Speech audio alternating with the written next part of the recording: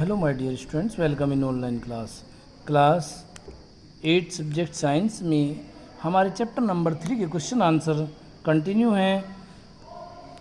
आज हम question number 7 explain why the following are made up of the thermosetting plastic.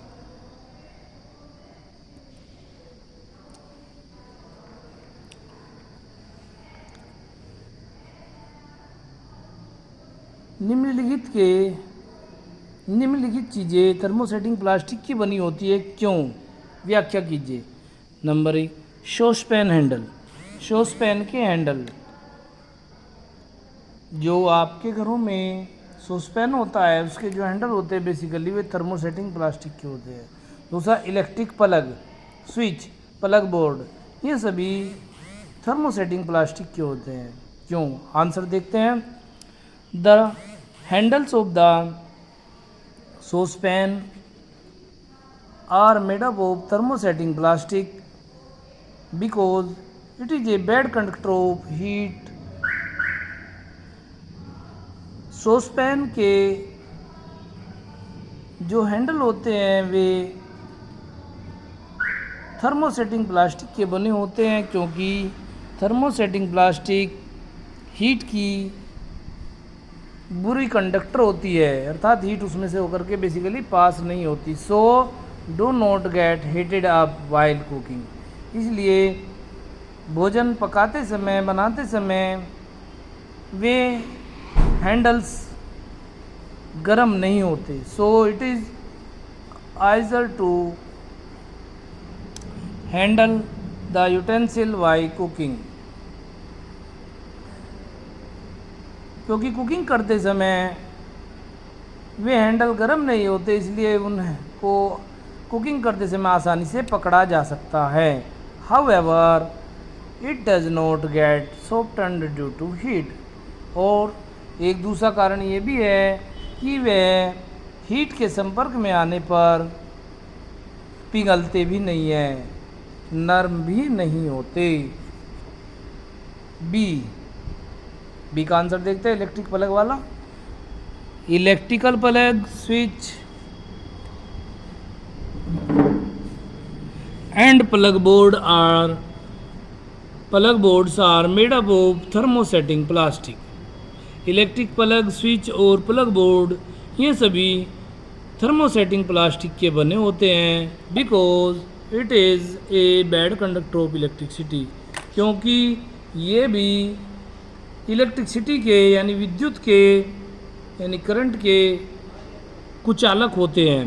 It does not allow the electric current to pass through it. इनके अंदर से होकर भी current pass नहीं हो सकता। दस इस प्रकार safe in using in electric appliances. इस प्रकार यह इलेक्ट्रिक के सामान में ज़्यादा सेफ होते हैं। Question number 8, categorize the material of the following product into can be recycled and can not be रिसाइक्ल्ड।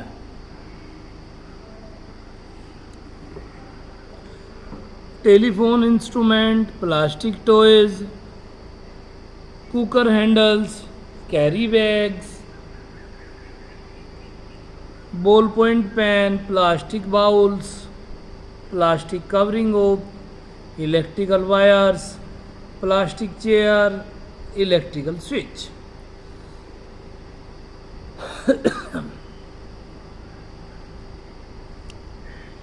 निम्नलिखित में से कुछ चीज़ें रिसाइकिल की जा सकती है, कुछ रिसाइकिल नहीं की जा सकती, उनको डिवाइड करें। ऐसा क्यों होता है? मटेरियल दैट कैन, आंसर देखते हैं। इसका आंसर होता है material that can be recycle. Way material जो रिसाइकिल किया जा सकते हैं, अर्थात अगर वे टूट जाते हैं, टूटने के बाद फिर दोबारा से उनको रद्दी में बेच देते हो, रद्दी से फिर वो दोबारा फैक्ट्री में जाकर के दोबारा उनसे चीज़ बनकर आ जाती है, उसको हम रिसाइकलिंग कहते हैं। जिनसे नहीं ऐसा होता वो नॉन रिसाइकिल होते हैं।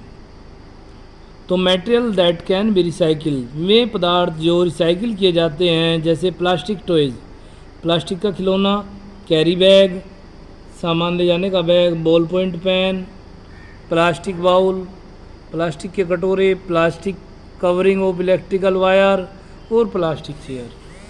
प्लास्टिक की चेयर और प्लास्टिक की कवरिंग जो बिजली के तारों पर की जाती है, ये सभी रिसाइकिल्ड मटेरियल हैं। जबकि material that can not B recycled, way material जो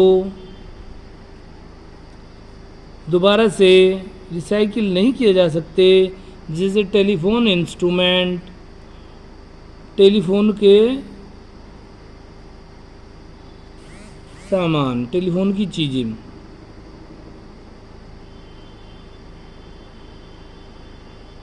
कुकर हैंडल्स, कुकर के हैंडल्स, इलेक्ट्रिकल स्विच और बिजली के स्विच, ये कभी भी रिसाइकिल नहीं होते।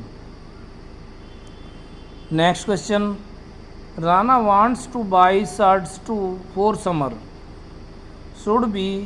Should he buy cotton shirt और shirt made from the synthetic material. Rana shirt खरीदना चाहता है, गर्मियों के लिए शर्ट खरीदना चाहता है, तो उसको कॉटन या सिंथेटिक फाइबर में से कौन सी शर्ट खरीदनी चाहिए? Advise Rana giving your reason, अपने कारण देते हुए राना को सुझाव दें। आंसर,